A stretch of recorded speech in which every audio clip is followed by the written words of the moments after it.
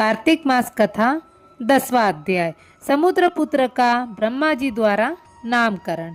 राजा पृथु ने कहा, हे देव ऋषि नारद, आपको नमस्कार है। अब आप कृपा कर यह बतलाइए कि जिस समय भगवान शंकर जी ने अपने नेत्रों की अग्नि को सागर की ओर फेंक दिया तो फिर उसका क्या हुआ।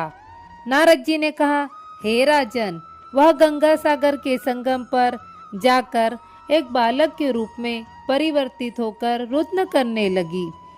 उसके रुदन से पृथ्वी कांप उठी। उसके रोने के शब्द से स्वर्गलोक से सत्यलोक के सभी देवी देवता बहरे होने लगे। तपश्चात ब्रह्मा जी उस रुदन को सुनकर वहां जा पहुंचे जहां वह बालक बैठा था। ब्रह्मा जी ने पूछा, यह रुदन करने वाला बालक, अद्भुत सुंदर बालक कौन है। ब्रह्मा जी को वहां आया हुआ देखकर, उसके वचन सुनकर हाथ जोड़ प्रणाम करता हुआ समुद्र कहने लगा, हे ब्रह्मन, गंगा सागर के संगम पर बैठा वह मेरा पुत्र है। यह कहकर समुद्र ने उस बालक को ब्रह्मा जी की गोद में दे दिया।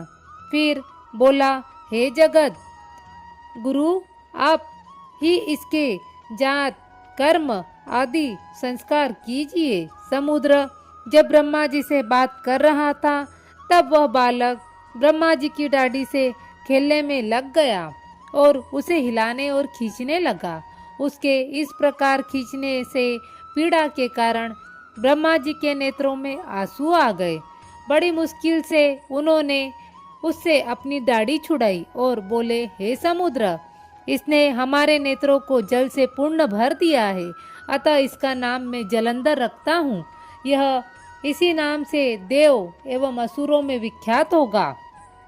अपनी तरुण अवस्था में संपूर्ण शास्त्रों को जानने वाला होगा। इसकी मृत्यु रुद्र के अतिरिक्त अन्य किसी और से नहीं होगी। जहाँ से इसकी उत्पत्ति हुई है यह वहीं लीन होगा। नारद जी बोले, हे राजन, ब्रह्मा जी ने ऐसा कहकर असुरों के गुरु शुक्राचार्य को बुलवाया और जलंधर को राजगद्दी पर बिठाकर समुद्र से विदा ली और अपने स्थान को चले गए। जब समुद्र ने अपने पुत्र जलंधर को शीघ्र ही बड़ा होता पाया तो वह उसके योग्य कन्या की खोज में लग गया।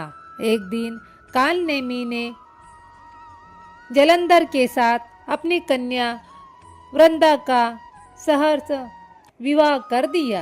जलंधर वृंदा जैसी पतिव्रता और आज्ञा कारिणी सुंदर स्त्री पाकर अत्यंत प्रसन्न हुआ और गुरु शुक्राचार्य की सहायता से अपना राजकाज करने लगा। देवताओं से संग्राम हार कर जो असुर पाताल लोक में जा बसे थे वे भी सब अब जलंधर के राज के समय वहीं आकर रहने लगे।